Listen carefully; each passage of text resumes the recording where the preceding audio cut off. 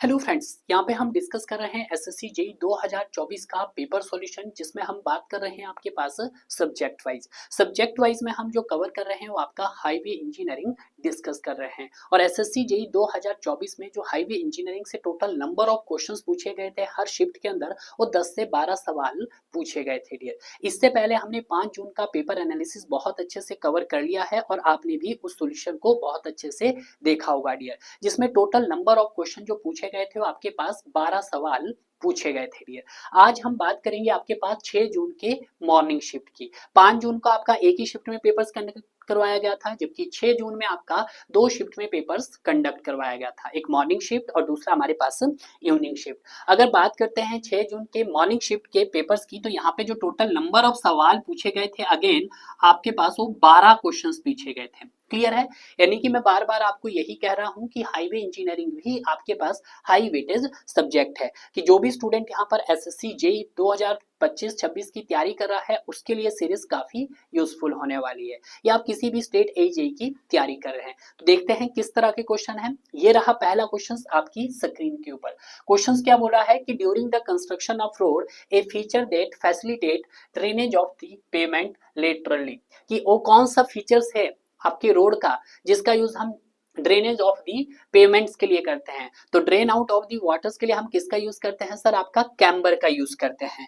तो यहाँ पे जो आपका राइट आंसर हो जाएगा वो आपका कैम्बर हो जाएगा। अब देखिएगा कैम्बर के मेन फंक्शंस क्या क्या हो सकते हैं वो डिस्कस कर लेते हैं। सबसे पहले ये सरफेस प्रोटेक्शन एक्ट है, सरफेस प्रोटेक्शन के लिए करते हैं डियर, ध्यान दीजिएगा, क्योंकि यही की पॉइंट्स आपको क्वेश्चंस में पूछे जा सकते हैं।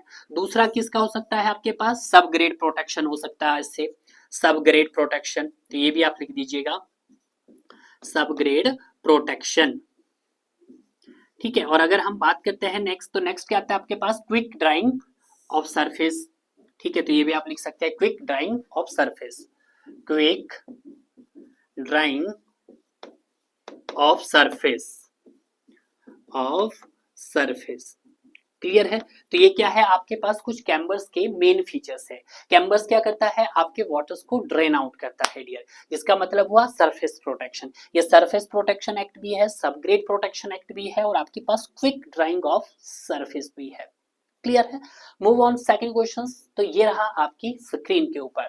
तो क्वेश्चन क्या बोल रहा है? The प्रीस्टस concrete payment for highway can be burn built without joints. क्या कर रहा है कि जब आप प्रीस्टस कंक्रीट पेमेंट्स बना रहे हैं, यानी कि कैसा है सर? विदाउट रेनफोर्समेंट, तो उस कंडीशन में joints in construction length to how many metres, तो कितने मीटर्स की होनी चाहिए? तो इससे रिलेटेड आप देख लीजिएगा, यहाँ पे सारे पैरामीटर्स आपको क्लियर होने चाहिए। मैं लेंथ की बात करता हूं तो लेंथ आपके पास 120 मीटर की होनी चाहिए। क्लियर है? अगर मैं विड्थ की बात करता हूं तो विड्थ आपके पास 3.6 मीटर होनी चाहिए। और अगर हम बात करते हैं थिकनेस की, तो थिकनेस आपके पास 15 सेंटीमीटर होनी चाहिए डियर, 15 सेंटीमीटर। यानी कि हम बात किसकी कर रहे हैं? Prestressed concrete payment of highway की बात करी जा रही है। कब? जब वो कैसा बना है? विदाउट जॉइंट इन कॉन्टिन्यूअस लेंथ हो, तो उस कंडीशन में मेरे पास जो लेंथ होनी चाहिए मीटर्स में वो 120 मीटर, विड्थ 3.6 मीटर्स का, और थिकनेस 15 सेंटीमीटर की होनी चाहिए। तो आपका जो राइट आंसर बन गया यहाँ पे वो आपके पास sir C is the right answer हो गया है। और अगर मैं प्री स्ट्रेस वैल्यू की बात करता हूं तो ये भी ध्यान दीजिएगा, pre stress value, pre stress value यहाँ पे कितनी रहती है डियर? तो ये भी पूछा जा सकता है, तो ये रहती है 22 kg पर सेंटीमीटर स्क्वायर रहती है डियर। और अगर हम बात करते हैं transverse pre stress, transverse pre stress की बात की जाए तो ये भी पूछी जा सकती है आपके पास। तो ट्रांसफर प्री स्ट्रेस जो रहता है आपके पास 3 से 4, कितना रहता है सर? 3 to 4 kg पर सेंटीमीटर स्क्वायर रहता है डियर। क्लियर है? तो ये वैल्यू भी आप क्या कर सकते हैं? लर्न कर सकते हैं, क्योंकि मोस्टली एग्जाम के अंदर भी पूछी जा सकती है डियर। तो यहाँ पे जो मेरा राइट आंसर हो गया आपके पास क्या हो गया sir? C is the right answer हो गया है। तो आइए बात करते हैं हम अपने नेक्स्ट क्वेश्चंस की। नेक्स्ट क्वेश्चंस क्या बोला है कि एक road embankment with cross sectional area of 100 metre. आपके पास यहाँ पे क्रॉस सेक्शनल एरिया दे दिया है, तो क्रॉस सेक्शनल एरिया को मैं किससे रिप्रेजेंट करना चाहूंगा सर? यहाँ पर ए से रिप्रेजेंट करना चाहूंगा। तो ए कितना दे दिया सर? मेरे पास 100 मीटर स्क्वायर दे दिया गया है। Constructed with average gradient of 1 in 50, average gradient को मैं एम से रिप्रेजेंट कर रहा हूँ, कितना दे दिया सर हमारे पास? 1 in 50 दे दिया गया है। क्लियर है। नेक्स्ट क्या बोला है, from contour interval 200 metre to 250 metres. तो यहाँ से क्या निकाल सकते हैं आप, कंटूर एलिवेशन निकाल सकते हैं। सपोज करो ये मेरे पास सर H2 है और ये मेरे पास H1 है, तो कंटूर एलिवेशन कैसे निकलेगा, H कैसे निकलेगा, H2 माइनस H1 यानी कि 250 माइनस 200 निकलेगा। तो यहाँ से कितना आ जाएगा आपके पास, 50 मीटर आ जाएगा। क्लियर है, इतना आप कर दोगे। तो आप क्या निकाल सकते हैं, यहाँ से लेंथ निकाल सकते हैं। तो लेंथ कैसे निकलेगी आपके पास, तो लेंथ लिखेगी इट इज द रेशियो कि कितना आपके पास कंटूर एलिवेशन है, h डिवाइडेड बाय m कर दिया जाएगा। तो h कितना है सर हमारे पास यहाँ पर 50 है, और परसेंटेज ग्रेडियंट कितना है सर हमारे पास 1 इन m, 1 इन 50 है, 1 इन 50। सॉल्व करोगे तो आपके पास ये ऊपर जाएगा तो ये कितना आ जाएगा, 2500 मीटर आ जाएगा। तो देखिएगा यहाँ पे हमारे पास दो पैरामीटर्स निकल के आ गए हैं सर, एरिया मैंने निकाल दिया है और दूसरा सर हमारे पास लेंथ निकल के आ गया है। तो मुझे निकालना क्या है, फाइंड द वॉल्यूम निकालना है। तो मैं यहां से वॉल्यूम क्या कर दूंगा, इजिली फाइंड आउट कर दूंगा। तो वॉल्यूम क्या हो जाएगा, cross sectional area multiply by length जो आपने निकाला है। तो क्रॉस सेक्शनल एरिया आपके पास 100 हो गया है, लेंथ हमारे पास सर 2500 आ गई है। क्लियर है, सॉल्व करेंगे इसको तो यहाँ पे कितना आएगा 251234 मीटर क्यूब आ गया है। तो फाइनली जो हमारा वॉल्यूम यहाँ से कैलकुलेट होकर आ गया। बहुत ही बेसिक सा सवाल था। तो आपका आंसर क्या हो गया sir, A is the right option हो गया है। क्लियर है, कितनी जीरो है भाई, 1 2 3 4, 1 2 3 4। तो ए इज द राइट आंसर हो गया है। क्लियर है, मूव करते हैं हम अपने नेक्स्ट क्वेश्चन की तरफ। ये रहा क्वेश्चन नंबर 4 आपकी स्क्रीन के ऊपर। देखिएगा क्वेश्चन भी अच्छा है। क्या बोल रहा है, hazard markers should be reflect dash light. किसकी बात कर जा रहा है, hazard markers should reflect dash light visible at least from the distance of about. अगर मैं विजिबल लाइट्स की बात करता हूं तो यहाँ पे कौन सी रहती है सर, येलो रहती है या रेड रहती है, तो येलो रहती है। तो रेड का तो आप क्या कर सकते हो, इनको एलिमिनेट कर सकते हैं, रेड लाइट तो होगा ही नहीं। अब आपके पास यहाँ पर येलो होगा, तो येलो कितने डिस्टेंस तक हो विजिबल होगा, एटलीस्ट 500 मीटर तक होगा या 150 मीटर तक होगा। तो सर वो आपका 150 मीटर तक क्या होगा सर, वो आपका विजिबल होगा, यानी कि D is the right answer हो गया है। क्लियर है, नेक्स्ट देखते हैं क्वेश्चन नंबर 5। क्वेश्चन नंबर 5 क्या है, what is the application of Jio technical engineering. किसकी बात कर रहा है आपके पास, जियो टेक्निकल इंजीनियरिंग की बात कर रहा है इन हाईवे पेमेंट डिजाइन। तो जियो टेक्निकल इंजीनियरिंग किससे रिलेटेड है आपका सर, सॉइल मैकेनिक्स से रिलेटेड है। तो वहां पे हम किससे रिलेटेड बात करेंगे, थिकनेस ऑफ फ्लेक्सिबल पेमेंट से रिलेटेड बात करेंगे। तो आपका जो राइट आंसर हो जाएगा वो आपके पास क्या हो जाएगा sir, B is the right answer हो जाएगा। क्लियर है, सिंपल सा सवाल था। नेक्स्ट देखते हैं हम अपना question number 6, the element include in the road margin. आपको बताना है रोड मार्जिन में आपके कौन कौन से एलिमेंट्स इंक्लूड होते हैं। तो सबसे पहले तो हमें यहाँ पे क्या बनाना पड़ेगा, रोड बनाना पड़ेगा। देखिएगा जिसके ऊपर आपकी गाड़ी रन करती है उसको क्या बोला जाता है सर, कैरिज वे बोला जाता है। तो यहाँ पे कैरिज वे का मैं मार्क कर दूंगा कुछ इस तरह से, जिसके ऊपर क्या होगा सर, आपकी ट्रैफिक रन करेंगे। ठीक है, तो इसको कैरिज वे को मैं लिख रहा हूं CW। ठीक है, और इसके बाद क्या लगे होते हैं सर, आपके शोल्डर लगे होते हैं। ये यहाँ पर देखिएगा ये रोड मार्जिन है और ये भी आपका रोड मार्जिन है, कुछ बाउंड्री लाइन है।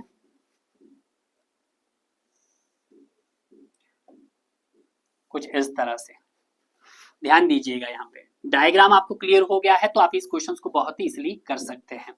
और यहाँ पे क्या होगी सर, कुछ आपके पास बाउंड्री लाइन होगी कुछ इस तरह से। ठीक है, ये क्या होगी सर मेरे पास, BL क्या हो गया सर मेरे पास, यहाँ पर बाउंड्री लाइन हो गई है। और अगर यहाँ पे बात करता हूँ ये क्या सर मेरे पास, रोड मार्जिन बोले तो RM। ठीक है, बिल्कुल। अब देखिएगा जहां पे आपकी गाड़ी रन कर रही है उसको बोलेंगे हम कैरिज वे। और अगर यहाँ पे क्या है सर आपका शोल्डर को मैं क्या लिख रहा हूँ, S लिख रहा हूँ। तो इस पूरे डिस्टेंस को क्या बोला जाएगा सर, आपका पूरे को बोला जाएगा फॉर्मेशन विड्थ। इतने डिस्टेंस को क्या बोला जाएगा सर, आपका फॉर्मेशन विड्थ बोला जाएगा, मतलब FW। क्लियर है, और जो आपकी बाउंड्री लाइन से लेकर रोड मार्जिन के लास्ट तक के बीच के डिस्टेंस को हम क्या बोलेंगे, तो सर इसको बोलेंगे आपके पास लैंड विड्थ। ये क्या हो जाएगा सर हमारे पास, ये हो जाएगा आपके पास लैंड विड्थ। तो लैंड विड्थ को मैं LW से इंडिकेट करूंगा। क्लियर है। तो देखिएगा ये आपका क्या आना चाहिए, रोड का मार्जिन बनाना चाहिए जिसके ऊपर गाड़ी रन करती है वो कैरिज वे होता है। ठीक है, कैरिज वे के जो बाहर के लगे होते हैं शोल्डर लगे होते हैं। कैरिज वे प्लस शोल्डर क्या बनाता है आपको, फॉर्मेशन विड्थ बनाता है। और अगर लैंड विड्थ की बात करते हैं तो लैंड विड्थ में आपका रोड मार्जिन भी आ गया, आपका शोल्डर भी आ गया, आपका कैरिज वे भी आ गया और आपकी बाउंड्री लाइन भी आ गई। तो यहाँ पे पूछा आपका रोड मार्जिन में। तो देखिएगा अगर मैं पहला ऑप्शन देखना चाहूं तो पहला बोला फ्रंटेज रोड हो गया, पार्किंग लेन हो गया, फुटपाथ हो गया और ड्राइव वे हो गया। तो देखिएगा पार्किंग लेन में तो आपका रोड मार्जिन आएगा। देखिएगा तो दूसरा बोला फुटपाथ शोल्डर, देखिएगा शोल्डर नहीं आएगा। मार्जिन जो आपका रोड मार्जिन होगा, रोड मार्जिन में क्या शोल्डर आएगा, नहीं। तो जहां पे भी शोल्डर है उस ऑप्शन को एलिमिनेट कर दो। बी में भी सर क्या है हमारा पास, सर बी भी नहीं हो सकता तो इसको भी एलिमिनेट कर दो। देखिएगा फिर सी ऑप्शन में भी शोल्डर है, सर ये भी नहीं हो सकता। ठीक है, शोल्डर आपका रोड मार्जिन में नहीं काउंट किया जाता। और अगर हम बात करते हैं कैरिज वे, तो कैरिज वे क्या रोड मार्जिन में काउंट होता है, सर नहीं। तो ये भी ऑप्शन गलत होगा डी। तो हम किसके साथ जाएंगे, सर हम ए ऑप्शन के साथ जाएंगे। तो ए ऑप्शन के साथ जाएंगे तो आपका क्या रहेगा, ए इज द राइट ऑप्शन रहेगा। तो यहाँ पे फ्रंटेज रोड भी आएगा, पार्किंग लेन भी आएगा, फुटपाथ भी आएगा और ड्राइव वे भी आएगा। क्लियर है। तो ये आपको थोड़ा सा यहाँ पर ध्यान रखना, बट शोल्डर नहीं आएगा और कैरिज वे नहीं आएगा। क्लियर है, यस सर। नेक्स्ट देखते हैं हम अपना question number 7, the value of adopted ruling gradient of highway. Ruling gradient दे दिया आपके पास, रूलिंग ग्रेडियंट बोले तो आरजी। आरजी कितना दे दिया सर आपके पास, 1/200 दे दिया गया है। क्लियर है। Calculate the percentage of ruling gradient, आपको क्या निकालना है, परसेंटेज ऑफ रूलिंग ग्रेडियंट यानी कि परसेंटेज ऑफ आरजी निकालना है। तो it is the ratio of rise to run कितना दिया आपके पास, 1/20 इंटू 100। तो यहाँ से आप सॉल्व करोगे तो परसेंटेज रूलिंग ग्रेडियंट आपके पास कितना आ जाएगा, 0.5 आ जाएगा, 0.5%। तो आपके पास जो राइट आंसर हो गया डियर वो कितना हो गया sir, B is the right answer है। सिंपल सा सवाल था, टफ सवाल नहीं था। नेक्स्ट देखते हैं हम अपना question number 8, in no parking sign, किसकी बात कर रहा है हमारे पास, नो पार्किंग साइन की बात कर रहा है। अब नो पार्किंग साइन के बारे में पहले भी आपको डिस्कस करवा चुका हूं। अगर हम बात करते हैं इसके बैकग्राउंड की, तो बैकग्राउंड कैसा होता है सर इसके, ये पूछा जाता है बैकग्राउंड। तो इसका जो बैकग्राउंड होता है वो आपके पास कैसा रहता है, ब्लू रहता है। कैसा रहता है, ब्लू। और इसका जो बॉर्डर रहता है, इसका जो बॉर्डर रहता है वो कैसा रहता है, रेड रहता है। और इसमें जो पेडिस्ट्रिंग की जाती है वो 45 डिग्री पे की जाती है। तो ये थोड़ा सा आपको ध्यान रखना है, बैकग्राउंड ब्लू रहता है, बॉर्डर रेड रहता है और आपके पास थीटा 45 डिग्री पे रहता है। तो यहाँ पे सी इज द राइट आंसर हो गया है। क्लियर है, यस सर। नेक्स्ट देखते हैं हम अपना question number 9, as per IS 1331 part 1 the natural frequency of the transducer for a path length more than 1500 mm। क्या बताना आपको, नेचुरल फ्रीक्वेंसी बताना है। नेचुरल फ्रीक्वेंसी कब बताना है, जब हमारे पास लेंथ क्या हो, मोर देन 1500 mm हो।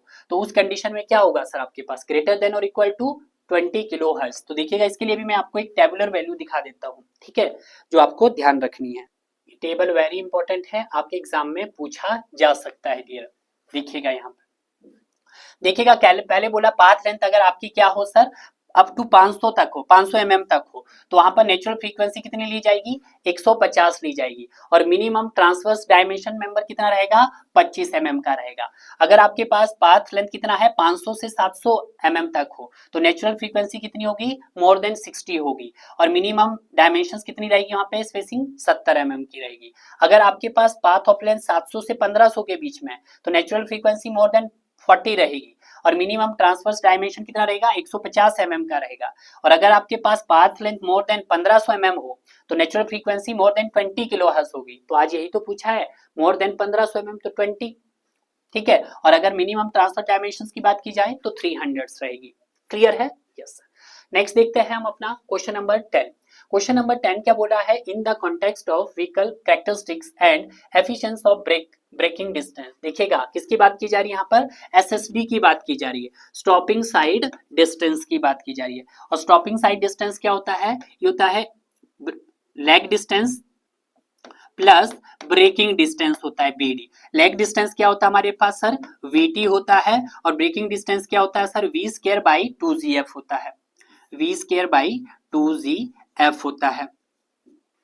क्लियर है। अगर हम एसएसडी का रिलेशन बताना चाहें तो SSD क्या होगा हमारे पास, देखिएगा SSD is directly proportional to V square by 2ZF लिख सकते हैं हम, यस सर लिख सकते हैं।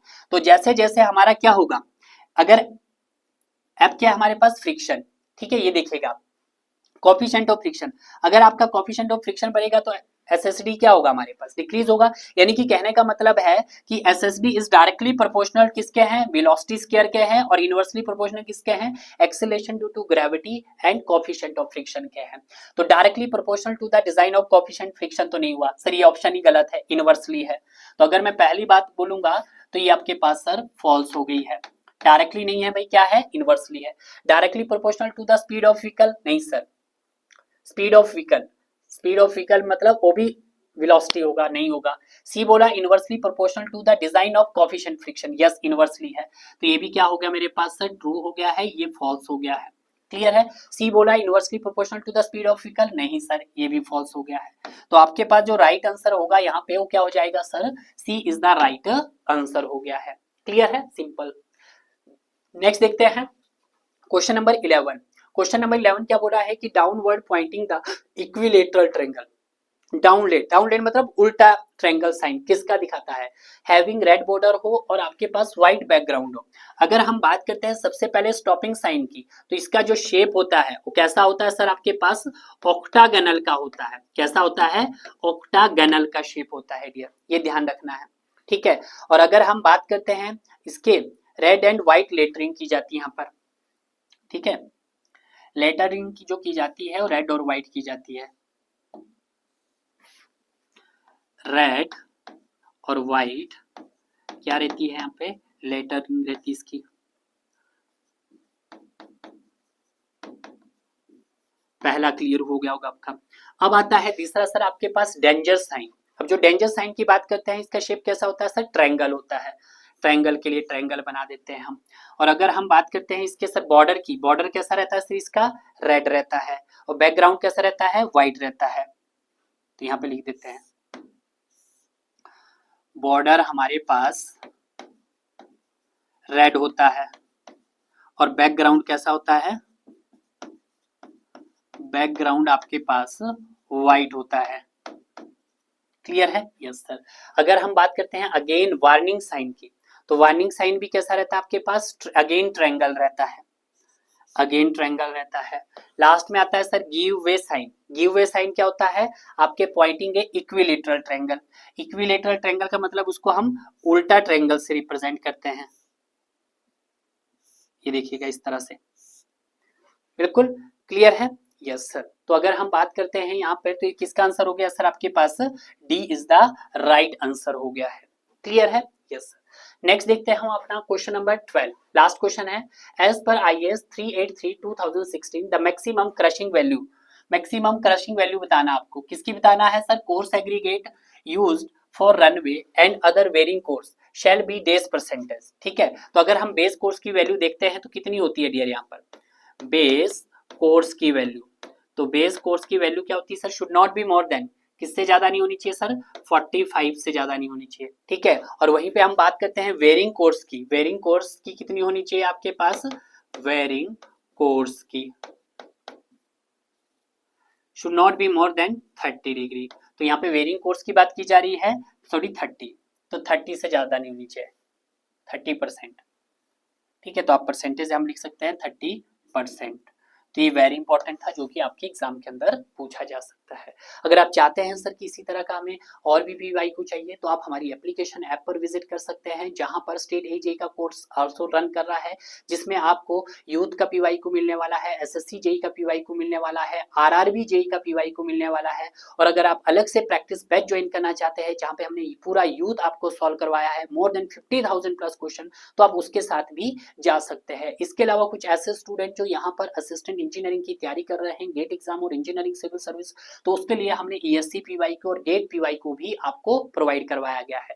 जहां पे अगर हम बात करते हैं आपके पास ESC PYQ की, तो 13 मंथ की वैलिडिटी के साथ दिया जा रहा है, और गेट PYQ आपको 3 वैलिडिटी के साथ, 4 मंथ, 1 साल और 3 साल। तो जल्दी कीजिएगा डियर, देरी किस बात की।